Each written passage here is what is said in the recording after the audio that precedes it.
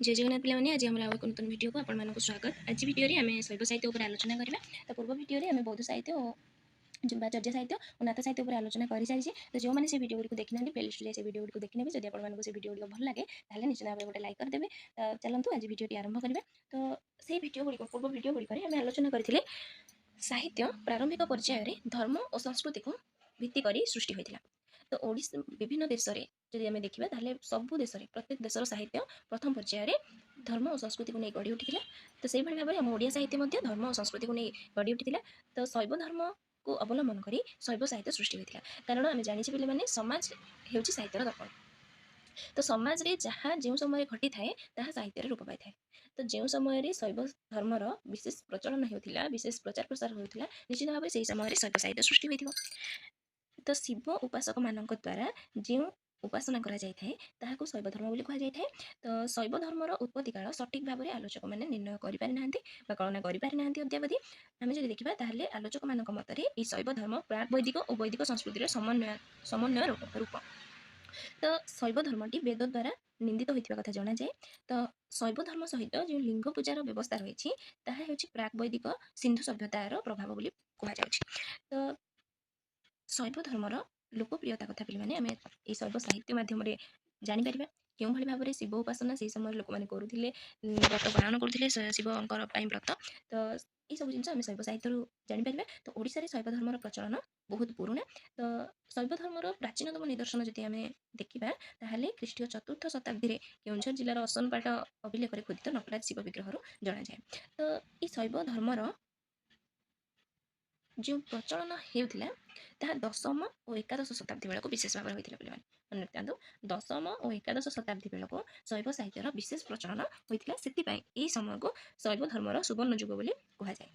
ତ ଏହି ସମୟରେ ସୋମବଂଶୀ ରାଜାମାନେ ଶାସନ କରୁଥିଲେ। ସେମାନେ ଓଡ଼ିଶାରେ ଶୈବ ଧର୍ମର ବିଶେଷ ପ୍ରଚାର ପ୍ରସାର କରିବା ସହିତ ବିଭିନ୍ନ ମନ୍ଦିର ମଧ୍ୟ ସେମାନେ ପ୍ରତିଷ୍ଠା କରିଥିଲେ। ଭୁବନେଶ୍ୱରରେ ଯେଉଁ ଶିବ ମନ୍ଦିର ଗୁଡ଼ିକ ରହିଛି ବିଶେଷ ଭାବରେ ଏହି ସୋମବଂଶୀ ରାଜାମାନଙ୍କ ଶାସନ କାଳରେ ଗଢ଼ି ଉଠିଥିଲା।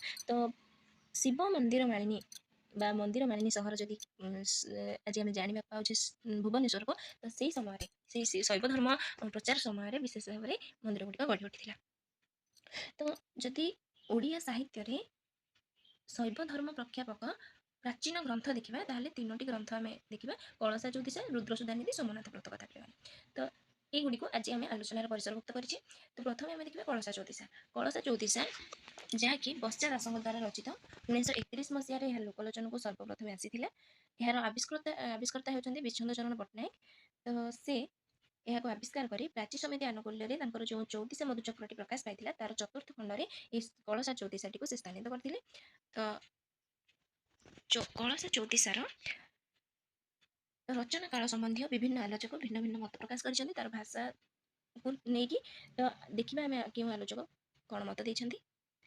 ତ ଆର୍ତ୍ତବଲ୍ଲଭ ମହାନ୍ତି, ସୂର୍ଯ୍ୟନାରାୟଣ ଦାସ, ସୁରେନ୍ଦ୍ର ମହାନ୍ତି ଏମାନେ କଳସା ଜ୍ୟୋତିଷାକୁ ସାରଳାଙ୍କ ପୂର୍ବବର୍ତ୍ତୀ ରଚନା ଭାବରେ ଗ୍ରହଣ କରିଛନ୍ତି।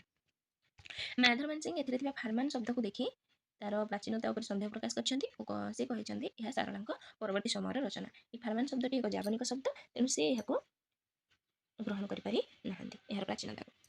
ବୃନ୍ଦାବନ ଚନ୍ଦ୍ର ଆଚାର୍ଯ୍ୟ କହିଛନ୍ତି କଳସା ଜ୍ୟୋତିଷା ସାରଳାଙ୍କ ସମସାମୟିକ ବା ଅଳ୍ପ ପରବର୍ତ୍ତୀ, କିନ୍ତୁ ସାରଳାଙ୍କ ପୂର୍ବବର୍ତ୍ତୀ ସମୟର ରଚନା ନୁହେଁ ବୋଲି ସେ ବିଶ୍ୱାସ କରନ୍ତି। ତ ଯଦି ଆମେ ଦେଖିବା ତାହେଲେ ଏହି କଳସା ଜ୍ୟୋତିଷାର ବିଷୟବସ୍ତୁ ହେଉଛି ଶିବ ପାର୍ବତୀଙ୍କ ବିବାହ ବର୍ଣ୍ଣନା ହୋଇଛି ଏଥିରେ।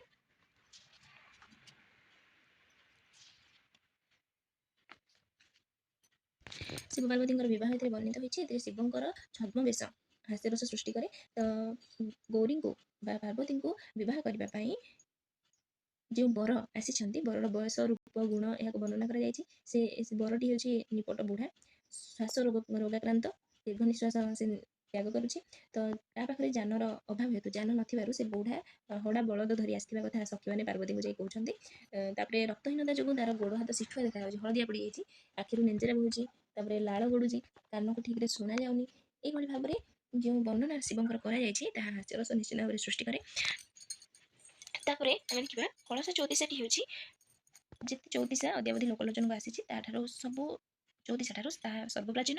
କଳସା ଜ୍ୟୋତିଷାରେ ଯେଉଁ ଗୌରା ଶବ୍ଦ ଗୋଟେ ଜାଗାରେ ବ୍ୟବହୃତ ହୋଇଛି ତାହା ପ୍ରାଚୀନ ବ୍ୟବହାର ବୋଲି ମତ ଦେଉଛନ୍ତି ଆଲୋଚକମାନେ।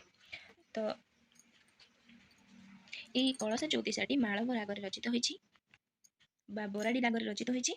କ ଠାରୁ କ୍ଷ ପର୍ଯ୍ୟନ୍ତ ଯେଉଁ ଅକ୍ଷର କ୍ରମରେ ବର୍ଣ୍ଣ ନିୟମରେ ରଚିତ ହେଉଥାଏ ଚଉଦିଶା ଗୁଡ଼ିକ ହୋଇଥାଏ ସେଇ କ୍ରମ ଅନୁସାରେ ସେଇ ପରମ୍ପରାରେ এই ଚଉଦିଶାଟି କଳସ ଚଉଦିଶାଟି ରଚନା କରାଯାଇଛି। ତ ଏଥିରେ ଗୋଟେ ଶବ୍ଦ ବ୍ୟବହାର ହୋଇଛି ଟମ୍ବା ଶବ୍ଦ, ଯାହାକୁ ବିଚ୍ଛନ୍ଦ ଚରଣ ପଟ୍ଟନାୟକ ଆସମ ବିଶେଷ ଭାବରେ ଗ୍ରହଣ କରିଛନ୍ତି। ତାପରେ ଆମେ ଦେଖିବା ଏହି ଚଉଦିଶାରେ ସୁରେନ୍ଦ୍ର ମହାନ୍ତି ଏହାକୁ ତ ସାରଳାଙ୍କ ପୂର୍ବବର୍ତ୍ତୀ ବୋଲି କହିଛନ୍ତି, ଏହା ଆମେ ପୂର୍ବରୁ ଜାଣିଲେ। ତାପରେ ଦେଖିବା ଫରମାନ ଶବ୍ଦ ଗୋଟେ ବ୍ୟବହାର ହୋଇଛି ଏଥିରେ, ଯେଉଁଟାକି ପୂର୍ବରୁ ମୁଁ କହିଲି ଫାରମାନ ଶବ୍ଦକୁ ନେଇ ମାଧବମାନ ସିଂ ଯେଉଁ ତାର କରିଛନ୍ତି ସନ୍ଦେହ ପ୍ରକାଶ କରିଛନ୍ତି। ସେ ଫରମାନ ଶବ୍ଦର ଅର୍ଥ ହେଉଛି ଆଦେଶ ଦେବା, ରାଜାଦେଶ। ଫରମାନ ଦେଇଛନ୍ତି ହେମନ୍ତ ରାଜନ। ତ ଏଇଭଳି ଭାବରେ ପଦଗୁଡ଼ିକ ମଧ୍ୟ ପିଲାମାନେ ଏଥିରେ ରହୁଛି। ଏଗୁଡ଼ିକୁ ମଧ୍ୟ ବେଳେବେଳେ ପରୀକ୍ଷାରେ ଆସିଥାଏ, ଆପଣମାନେ ଦେଖିନେବେ, ମନେ ରଖିବା ପାଇଁ ମଧ୍ୟ ଚେଷ୍ଟା କରିବେ, କାରଣ ପରୀକ୍ଷାରେ ବେଳେବେଳେ ଏହି ଅଂଶଗୁଡ଼ିକ ପଦ୍ୟାଂଶ ଗୁଡ଼ିକ ମଧ୍ୟ ଆସିଯାଉଛି। ତ ଏଇଭଳି ଭାବରେ ଆମେ କଳସ ଚଉଦିଶା ଉପରେ କେତେକ ତଥ୍ୟ ଆଲୋଚନା କଲେ। ତାପରେ ଆମେ ଦେଖିବା ସୋମନାଥ ବ୍ରତ କଥା, ଆଉ ଏକ ଶୈବ ପ୍ରଖ୍ୟାପକ ଗଦ୍ୟ ଗ୍ରନ୍ଥ, ଯାହା ଯେଉଁଥିରେ ଶିବ ପାର୍ବତୀଙ୍କ କଥୋପକଥନରୁ ଏହି ଗ୍ରନ୍ଥଟି ଆରମ୍ଭ ହୋଇଛି। 1932 ମସିହାରେ ଆର୍ତ୍ତବଲ୍ଲଭ ମହାନ୍ତି ଏହାର କିଛି ଅଂଶ ତାଙ୍କର ପ୍ରାଚୀନ ଗଦ୍ୟ ପଦ୍ୟାଦର୍ଶରେ ସ୍ଥାନିତ କରିଥିଲେ। 1968 ମସିହାରେ ଏହାର ସମ୍ପୂର୍ଣ୍ଣ ଅଂଶକୁ ଜାନକୀ ବଲ୍ଲଭ ମହାନ୍ତି ପ୍ରକାଶ କରିଛନ୍ତି। ତ ଏହି ସୋମନାଥ ବ୍ରତ କଥାର ରଚୟିତାଙ୍କ ନାମ ନାହିଁ କି ତାଙ୍କର ଏହି ଗ୍ରନ୍ଥରେ ସେ ରଚନା କାଳ ସମ୍ବନ୍ଧୀୟ କୌଣସି ପ୍ରକାର ତଥ୍ୟ ଦେଇନାହାନ୍ତି, ତେଣୁ ଏହା ହେଉଛି ଏକ ସନ୍ଦେହଜନକ ରହିଯାଇଛି।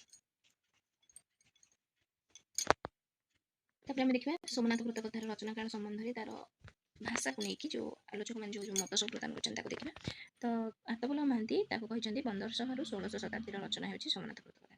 ସୂର୍ଯ୍ୟନାରାୟଣ ଦାସ 1300ରୁ 1400 ଶତାବ୍ଦୀର ରଚନା ବୋଲି କହିଛନ୍ତି। ମାଧବମାନ ସିଂ 1300ରୁ 1400 ଶତାବ୍ଦୀ ବୋଲି କହିଛନ୍ତି। ଅଧ୍ୟାପକ କୁମୁଦରଞ୍ଜନ ପାଣିଗ୍ରାହୀ 1600 ଶତାବ୍ଦୀ ବୋଲି କହିଛନ୍ତି। ତାପରେ ଆମେ ଦେଖିବା ଏଇଥିରେ ମାଳବ ଦେଶ କଥା ରହିଛି, କାକୁଡ଼ିଆ କଥା ବର୍ଣ୍ଣନା ରହିଛି। ତ ଦେଖିବା ପରମେଶ୍ୱର କହନ୍ତି, ଦେବୀ ଶୁଣନ୍ତି, ଶୁଣନ୍ତି ଦେବୀ ପାର୍ବତୀ, ଏଇଭଳି ଭାବରେ ପଦଗୁଡ଼ିକ ରହୁଛି। ଏହି ବ୍ରତକୁ ଅସମ୍ମାନ କରିବାରୁ ପାତାଳି ରାଜା ବୀର ବିକ୍ରମାଦିତ୍ୟ କୁଷ୍ଠବ୍ୟାଧିର ଶିକାର ହୋଇଛନ୍ତି। ରାଜାଙ୍କୁ ବ୍ରତର ବିଧି କାକୁଡ଼ିଆ ମାନେ କହିଥିଲେ, ସେ କିନ୍ତୁ ଶୁଣିନଥିଲେ।